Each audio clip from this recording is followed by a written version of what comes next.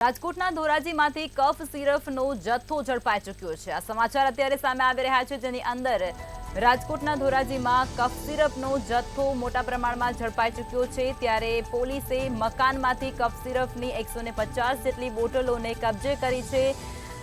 આરોપી સરફરાઝ ઉર્ફે સફુડો સકરિયાણી ફરાર થઈ ચૂક્યો છે। ધોરાજી પોલીસ નશાકારક દ્રવ્યો પકડવા માટે સક્રિય બની ચૂકી છે અને તેમના દ્વારા નશાકારક સિરપનો જથ્થો ઝડપી પાડવામાં આવ્યો છે, જેની અંદર એક મકાનમાંથી કફ સિરપની 150 જેટલી બોટલોને પોલીસ દ્વારા ઝડપી લેવામાં આવી છે અને આગળની તજવીજ અને કાર્યવાહી પણ પોલીસ દ્વારા કાયદાકીય શરૂ કરવામાં આવી છે। રાજકોટથી આ માહિતી મળી રહી છે। રાજકોટના ધોરાજીમાંથી કફ સિરપનો જથ્થો ઝડપાઈ ચૂક્યો છે। પોલીસ દ્વારા એક મકાનની અંદરથી 150 જેટલી બોટલોની ઝડપી લેવામાં આવી છે અને આરોપી જે સરફરાઝ છે ઉર્ફે સફુડો સકરિયાણી તે અત્યારે ફરાર થઈ ચૂક્યો છે। આરોપી પોલીસના સકંજાથી દૂર છે, પરંતુ પોલીસ દ્વારા 150 જેટલી બોટલો છે તેને ઝડપી લેવામાં આવી છે અને કબજે લેવામાં આવી છે।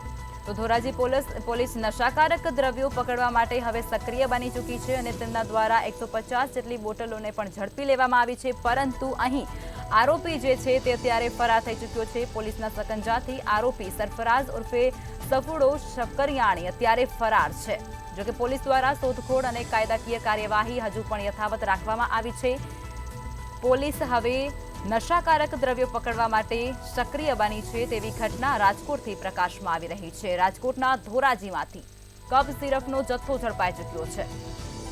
મળતી વિગતો મુજબ પોલીસ દ્વારા એક મકાનમાંથી કફ સિરપની 150 જેટલી બોટલો છે તેને કબજે કરવામાં આવી છે। આ સાથે જ આરોપી છે તે ફરાર થઈ ચૂક્યો છે। આરોપીનું નામ સરફરાઝ છે ઉર્ફે સફુડો સકરિયાણી અત્યારે ફરાર થઈ ચૂક્યો છે। પોલીસના સકંજાથી આરોપી દૂર છે, ત્યારે ધોરાજી પોલીસ નશાકારક દ્રવ્યો પકડવા માટે સક્રિય બની છે તેવું આ ઘટના પરથી સાફ લાગી રહ્યું છે।